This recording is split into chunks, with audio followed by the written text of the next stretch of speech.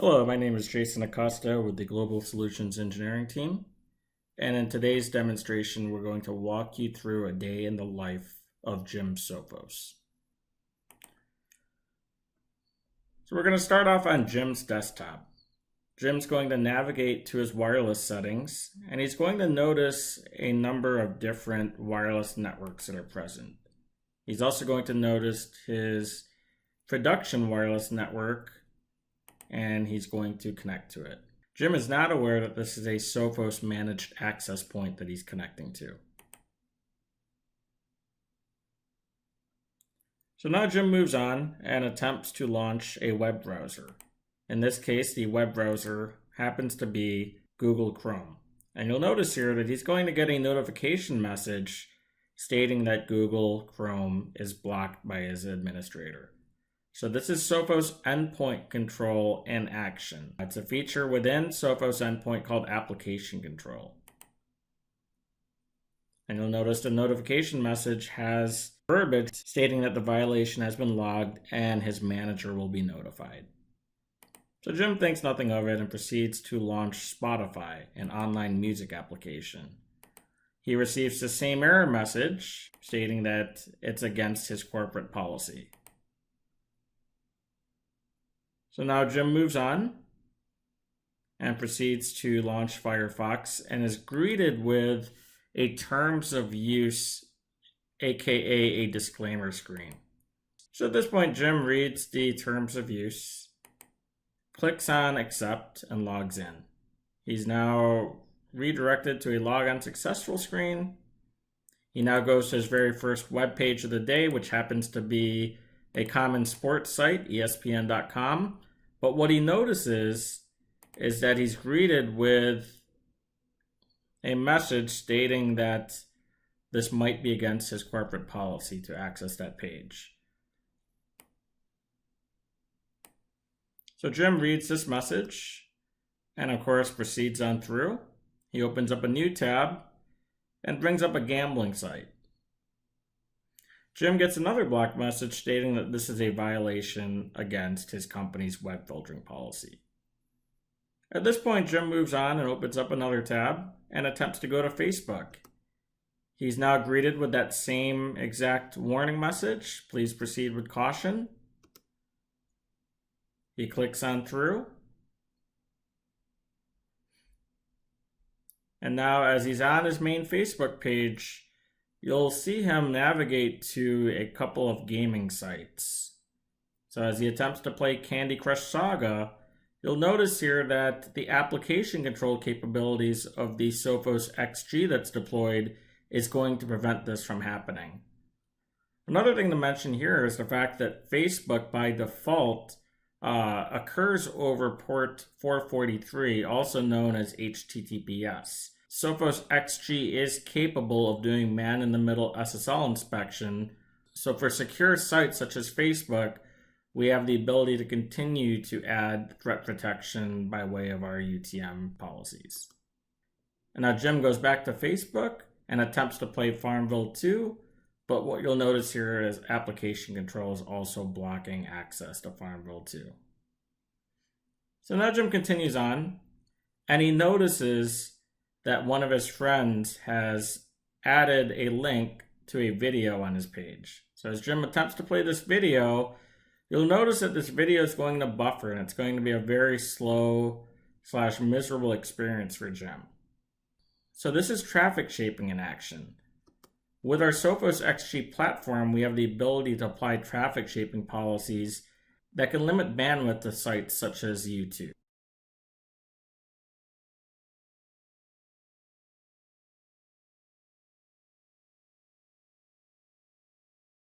So now Jim moves on. He's a little bit upset over today's activity, and of course he's going to voice his frustration on Facebook via a status update. What you'll notice here is as he hits post that nothing is going to happen. So you'll see here that aside from games within Facebook, by using application control, we can control different aspects of Facebook, such as status updates and Facebook chat. So now we move on, and Jim clicks on another link on his main Facebook page. This link happens to be for pictures from this past weekend. What he's about to find out is that that link is going to a compromised site. What he's about to find out is that access to the internet is blocked until the previous threat is cleaned up. This is Sophos Synchronized Security in action. So Jim, noticing that he's got an alert in his endpoint, now moves to the status area, clicks on resolve, and this cleanup process alone is going to grant him internet access back. So you'll notice he'll click on bbc.com, and now he'll have access to that site. So Jim now moves on and attempts to go to Dropbox. Dropbox is allowed through, and you'll notice here that he's going to download a file called corpinfo.doc. Instead of the file being downloaded directly, Jim's going to encounter a block page that's going to show the file being sent up to the cloud for analysis. So there's something inherent in the file that might be malicious in nature. Sophos Sandstorm allows us to send the file up to the cloud for analysis, and in a couple of minutes here you'll see that the analysis will be completed, and that file in this case is going to be clean.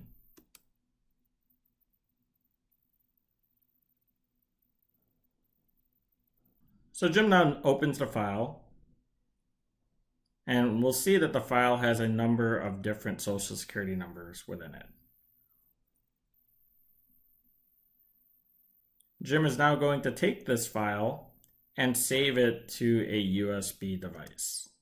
So I'll plug that USB device in, save that file.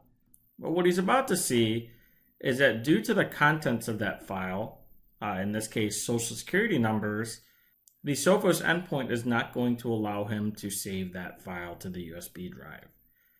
This is data control in action. So with data control, we have the ability to define a set of rules looking for content within documents as they're going to internet browsers or as they're being saved to USB drives. And once again, Jim is greeted with a notification stating the transfer of that document was blocked by Sophos endpoint. So now Jim moves on and reopens his web browser. And now he goes to Microsoft Outlook 365, his email. Jim's going to notice an email coming from eBay. So Jim looks at this email, and it appears to be okay.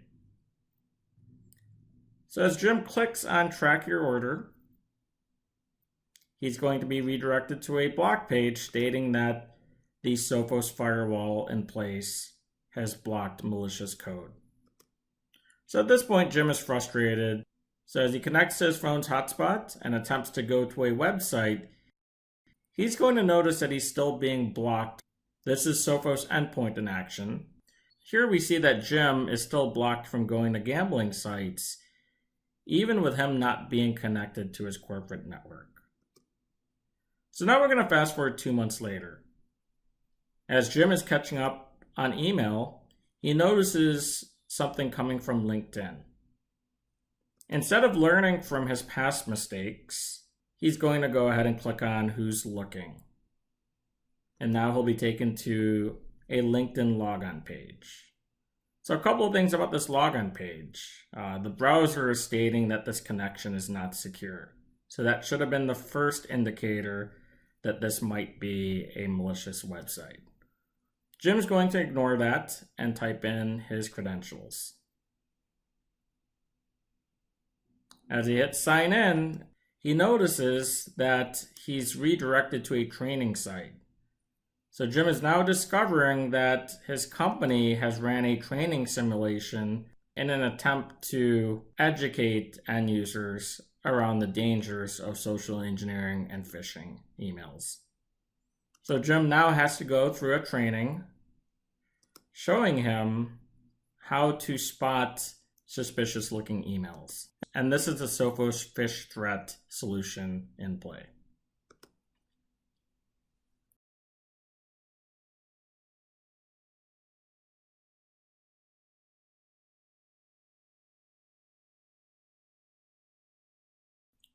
So now we're going to move on to the administrator's point of view.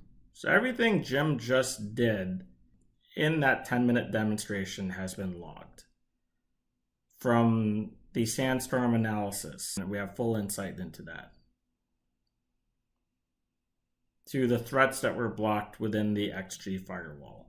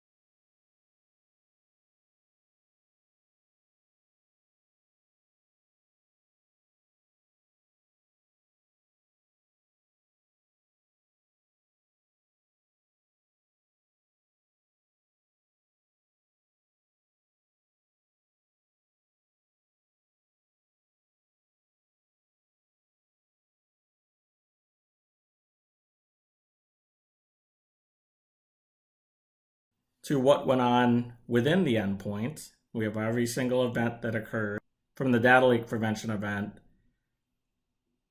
to the malware that was blocked.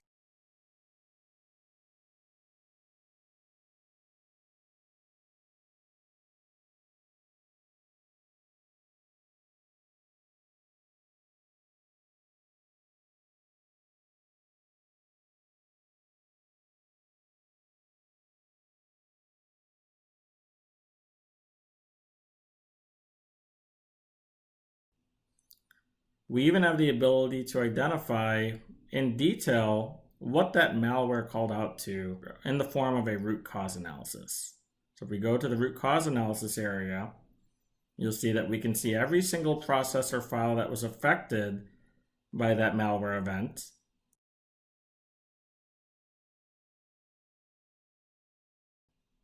along with any processes and registry keys. Now, if we click on Visualize, we have a visual representation of everything that happened with that threat.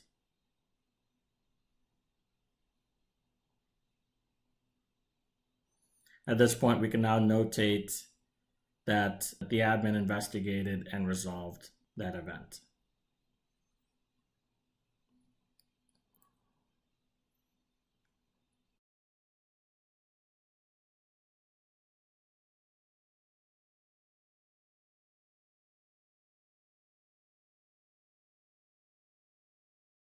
And as we move on to the fish threat dashboard, we have full details on the campaign that was ran against Jim, the time of the day of when he clicked on it, the browser that was used, and you'll see that we can run a number of different reports based on the phishing campaign that was created for him.